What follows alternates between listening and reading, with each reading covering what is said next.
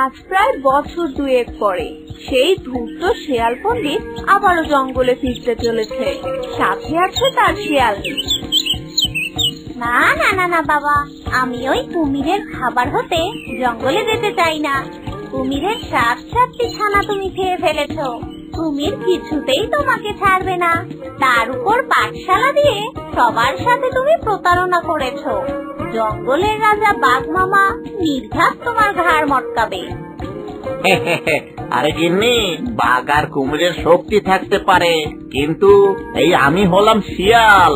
শিয়াল পণ্ডিতের শক্তি না থাক, বুদ্ধি কিন্তু রয়েছে, কথাটা মনে রেখো। চলো চলো, কোনো চিন্তা করো না।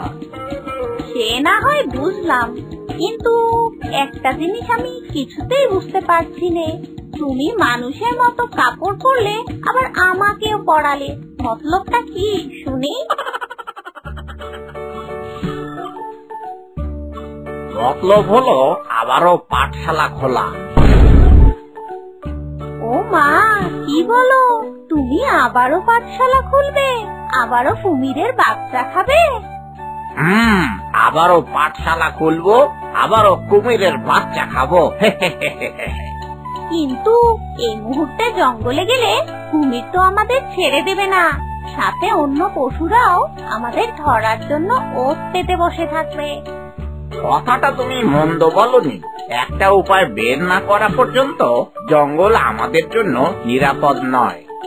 এভাবেই পাঠশালা খোলার বুদ্ধি পরামর্শ করতে করতে সেই ধূর্ত শেয়াল আর শেয়ালনি জঙ্গলের ভেতর দিয়ে হাঁটছিল।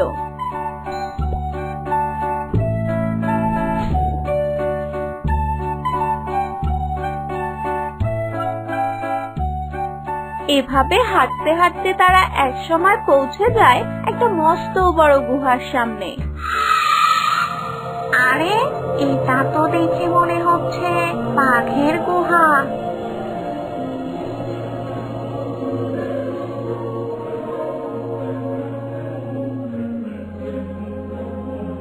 পায়ের ছাপও দেখছি।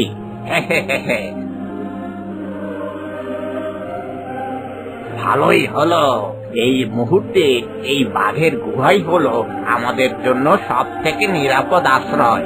আর পাঠশালা খুলতে হলে তো এই বনের রাজা বাঘ মামার অনুমতি লাগবে। এবার তাহলে সেটাও নেওয়া যাবে। বাঘ মামার গুহায়? কি কথা বলছো তুমি? আরে বোকা, বাঘের গুহাই হলো সব থেকে নিরাপদ আস্তানা।